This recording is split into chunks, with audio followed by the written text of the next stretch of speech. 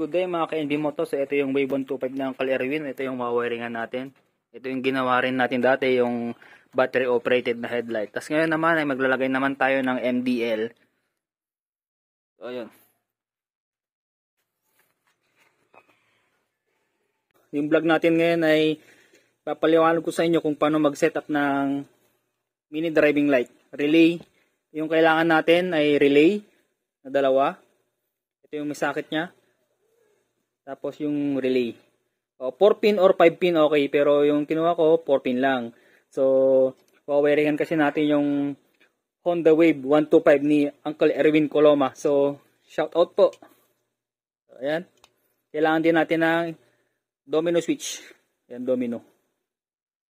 Ito yung support niya. Ayan, domino.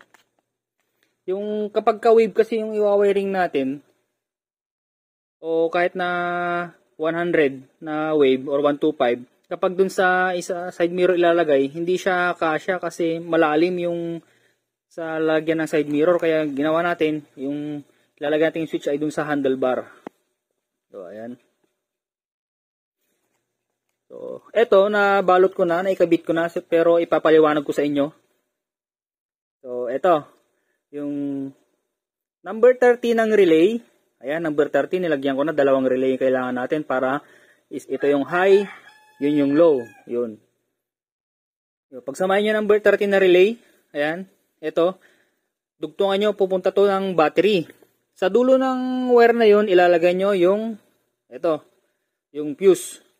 Putulin nyo dito sa gitna, tapos ilagay nyo yung fuse sa battery. Ito, diretso dun sa battery. Tapos, yung number 85 naman, ito yung tinatawag natin na body ground. Lalagay natin sa body ground. So, yung 85 dito sa kabila, pinagsama na natin. Ayan, 85. Ito yun, black. Nilagay na natin. Ito, nilugtungan natin ng wire. Tapos, isama din natin yung negative ng MDL. Dito na rin natin yun ilalagay. Kaya para minsatan na lang yung top natin dun sa body ground ng motor. Ayan, so yan. Yung MDL pala, meron tong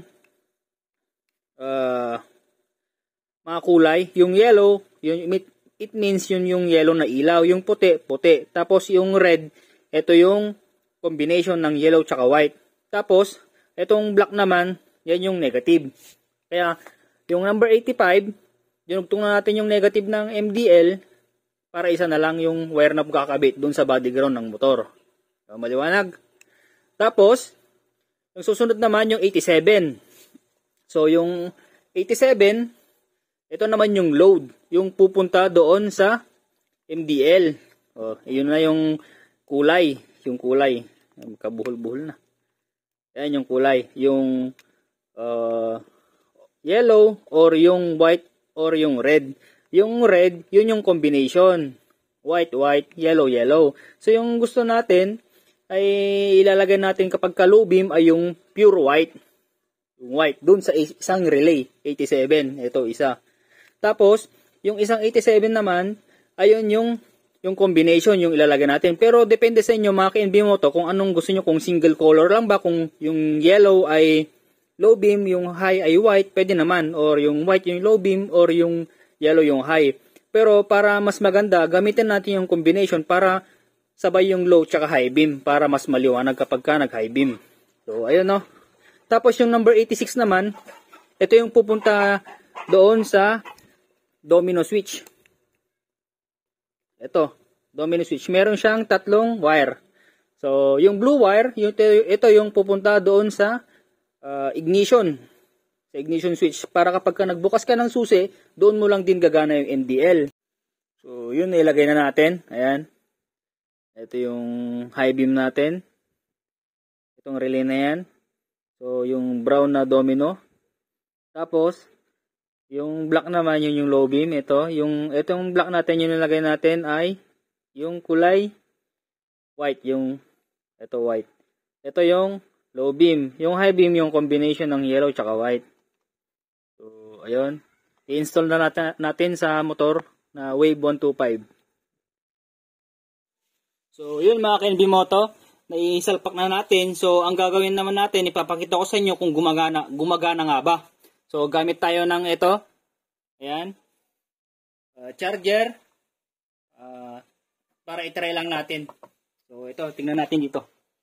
So kinabit ko yung wire dito, nakakabit ko na natin lahat, pero ikakabit pa din natin to sa motor. Yung ikakabit na lang natin sa motor ay yung number 30 ng relay, tapos lagyan natin ng fuse, tsaka yung sa ignition, ito kulay blue, dun sa domino switch, para dun sa ignition switch yan.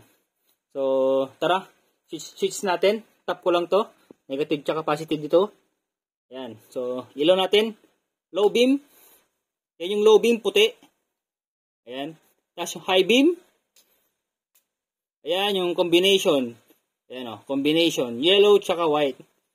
Mas maganda to kasi dalawa yung ilaw niya para sabay yung low tsaka high. So, yun.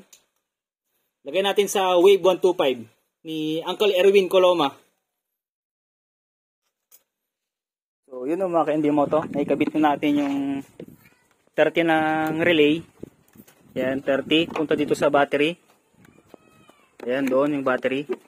Tapos, yung body ground. Ito yung body ground. Ayan. Yung number 85 to, kasama ng MDL. Tapos ito naman, yung kasama ng switch, ito, sa domino switch, para dun sa trigger ng ating ignition para umilaw. So, ito papakita ko sa inyo. Ito pala yung sa ignition. Ito yung Wave 125. Ito yung sa ignition, yan. Meron yung dalawang wire dito, red, tsaka yung red, tsaka black. So, doon kayo kumuha dun sa may black, yung black red. Ito, nagtap na lang ako dyan. Humiyaw ako ng wire dito. Tinap ko na, papunta dun sa domino na wire. Yan, sa ignition. So, itry natin. Ito. Ayan yung MDL. So, ayan. Papakita ko sa inyo. Yun. Oh, okay na. So, iayos na lang natin. Kakabit natin tong body ground dun sa iisa na lang dito. Alright. So, yun mga ka-Endimoto, natapos na natin. Ayan, yung bracket nya. So, tingnan natin yung buga ng ilaw. So, ayan yung low beam. Ayan, low beam. So, high beam. Yun. All goods.